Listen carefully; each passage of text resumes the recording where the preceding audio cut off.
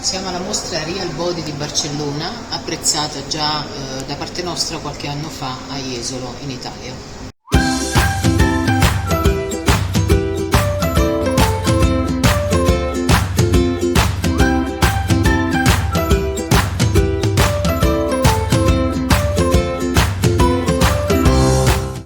E parte dalla cellula e prosegue verso i diversi tipi di corpi, visti in ogni strato dal punto di vista anatomico, quindi dalle ossa fino alla pelle.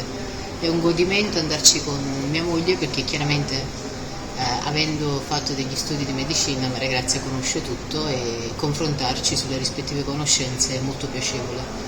E finora è stato molto toccante vedere i vari embrioni, vero Grazia? Sì, embrioni e mesi, feti, esatto. dai 2 mesi agli 8 mesi, già a 2 mesi sono esseri viventi quasi del tutto composti, quindi c'è molto da riflettere sul dono della vita, sull'aborto, su tutte le altre cose su cui vorrete riflettere voi.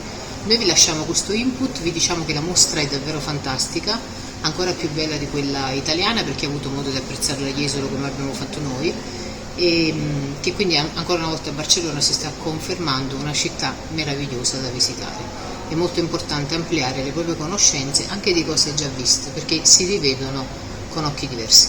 Vedremo quello che ci viene data l'opportunità di riprendere e ve lo mostreremo in questo video.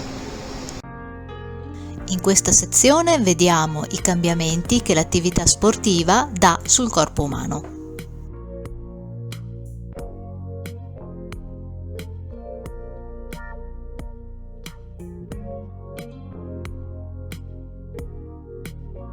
Che quando ci rompiamo facciamo tanta fatica a sanarci, soprattutto quando si tratta di articolazioni.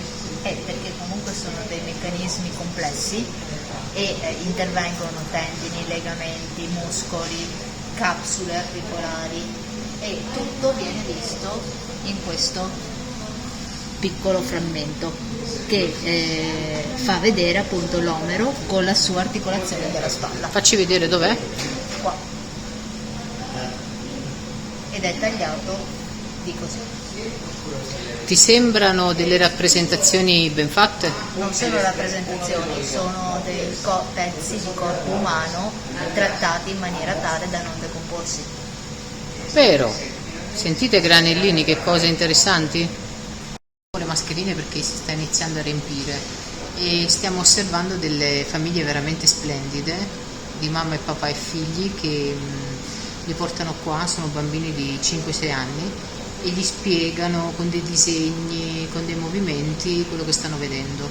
Si presuppone che per insegnare ai figli delle cose così particolari si debba aspettare chissà quanto, invece stiamo vedendo proprio il piacere di essere genitori attraverso queste coppie che si prodigano tanto e che spendono soldi a livello culturale per i loro figli. Anche questa per noi è fonte di riflessione. Del resto questo viaggio per noi a livello culturale ci sta lasciando veramente tanto, non perché non siamo genitori o non perché non facciamo determinate cose e non le apprezziamo, sono cose di cui abbiamo bisogno anche noi di avere conoscenza, quindi sono molto belle le sensazioni che stiamo provando a queste mostre, respirando queste persone un po' di odore di umanità.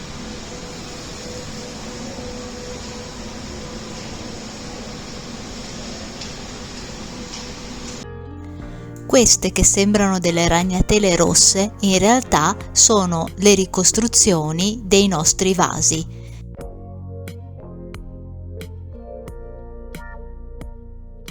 Guardate, si estendono per tutto il corpo.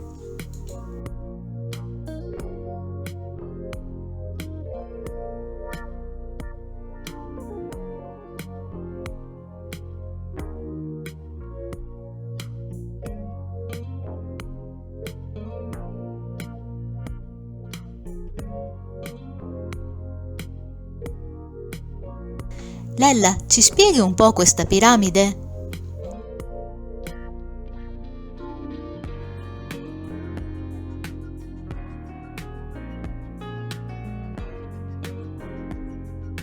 La famosa piramide alimentare che ogni 5-10 anni viene rivisitata e messa in discussione, però alla base ci sono sempre i carboidrati,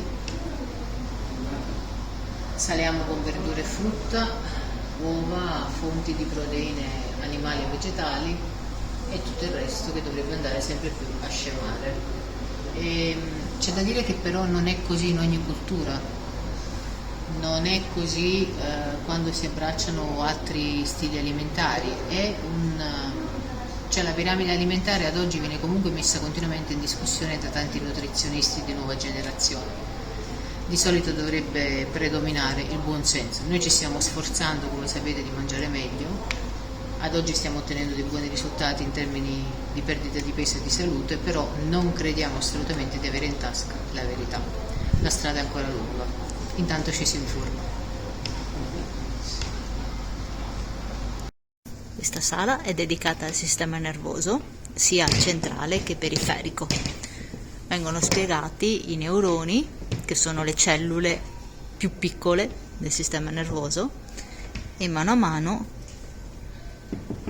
ci fanno vedere il cervello.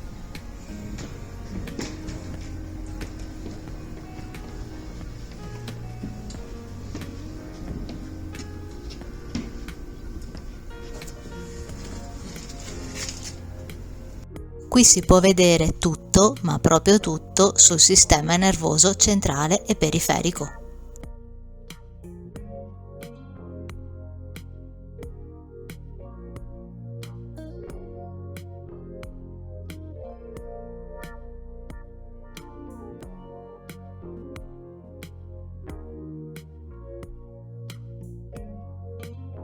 E anche questo video si conclude qui. Vi aspettiamo col prossimo video in cui trarremo le conclusioni di questi primi giorni a Barcellona. Ciao granellini, al prossimo video!